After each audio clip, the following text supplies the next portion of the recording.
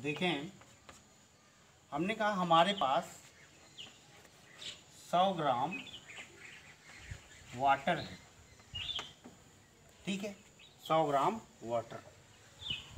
आपको इसमें कैलकुलेट करना है क्वांटिटी ऑफ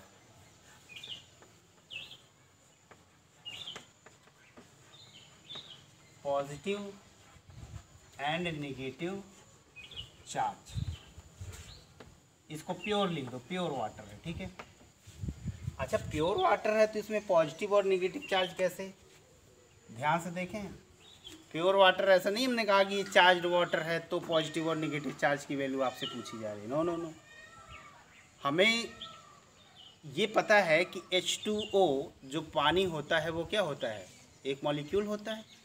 अब कह रहा है कि 100 ग्राम पानी है तो उसमें पता है अपने को, अगर हमें चार्ज निकालना है तो अगर कोई भी एटम हो या कोई भी मॉलिक्यूल हो या कोई भी मैटर हो तो मिल के बने होते हैं किनसे? अगर कोई मैटर है, सिंपल बड़े लेवल से बात करें तो मिल के बने होते हैं किससे? मॉलिक्यूल्स से।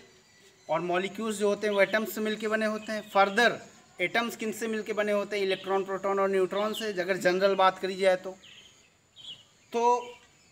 इलेक्ट्रॉन पे हम मानते हैं कि नेगेटिव चार्ज होता है और प्रोटॉन पे क्या मानते हैं? पॉजिटिव चार्ज होता है। और नॉर्मली अगर कोई चीज़ न्यूट्रल है तो जितना उस पर पॉजिटिव चार्ज होता है उतना ही नेगेटिव चार्ज होता है। तो इसीलिए यहाँ आपसे पूछा कि पॉजिटिव और नेगेटिव दोनों चार्ज का अमाउंट। तो अगर हम केवल और केवल पॉजिटिव या केवल और केवल नेगेटिव चार्ज की वैल्यू फाइंड आउट कर लें तो अपने को पता चल जाएगा कि कितना जो है उतना ही नेगेटिव चार्ज भी होगा। तो आइए देखते हैं, किसी एक को कैलकुलेट करते हैं हम। नंबर ऑफ इलेक्ट्रॉन अगर हमें पता चल जाए तो हम कहेंगे उतना नेगेटिव चार्ज है, ठीक है। तो आओ देखते हैं। अपन जानते हैं कि इसका फॉर्मूला क्या होता है? H2O, H2O, ठीक है। अगर मैं कहूँ एक मॉलिक्यूल में, ठीक है, number of electrons in one molecule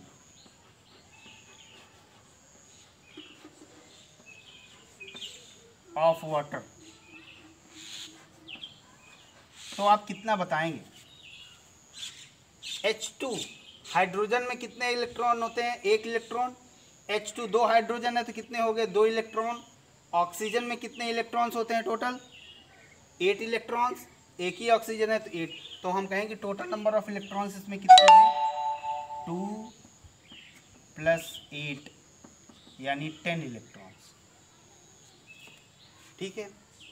अच्छा, क्या 100 ग्राम वाटर में एक ही मॉलिक्यूल होगा या बहुत सारे मॉलिक्यूल्स होंगे? तो हम कहेंगे नहीं भाई साहब, बहुत सारे मॉलिक्यूल्स होंगे।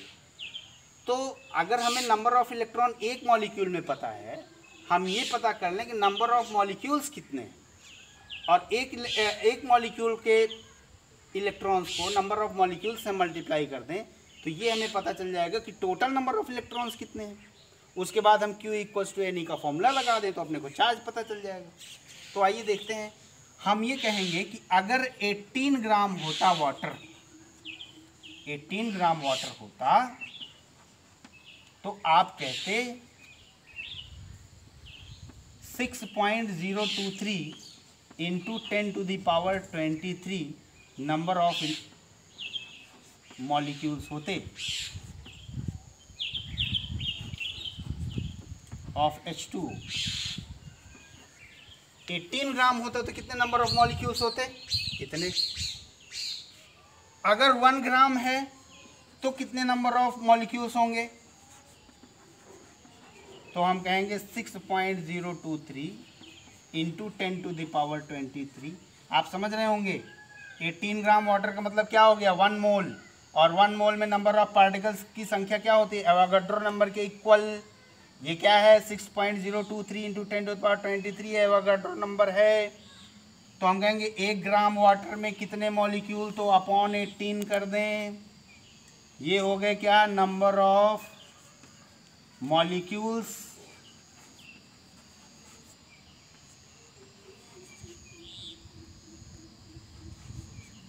Of H2O in 1 gram.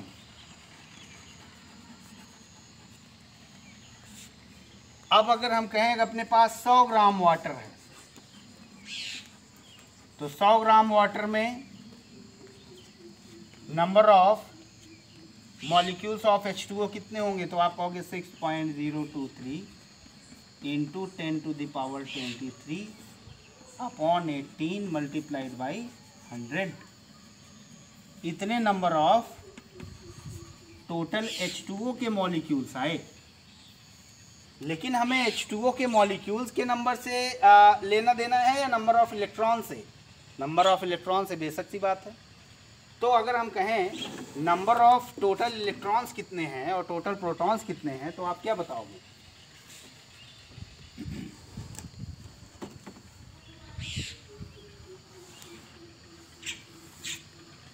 Number of electrons कितने हो जाएंगे? n ले लेते हैं, n। तो total number of molecules into एक मॉलिक्यूल में कितने इलेक्ट्रॉन्स हैं? 10 से मल्टीप्लाई कर दें इसमें, तो हम कहेंगे ये हो जाएगा कितना? 6.023 इंटू 10⁻23 इंटू 100 अपॉन 18 इंटू कितना? 10।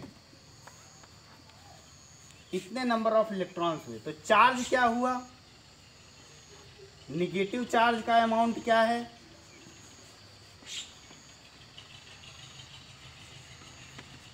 तो आप क्या बताओगे? Q equals to NE, N into E। E क्या होता है? 6.023 इंटू 10⁻23 इंटू इसको आप 10⁻3 लिख सकते हो, तो 10⁻26 अपॉन 18 मल्टीप्लाइड बाई 1.6 इंटू 10⁻⁻19। तो ये टोटल आ कितना? इतना कूलाम का चार्ज क्या है? नेगेटिव है। इसको आप सॉल्व करेंगे 6.023 इंटू 1.6 अपॉन 18 इंटू 10⁻, कितना?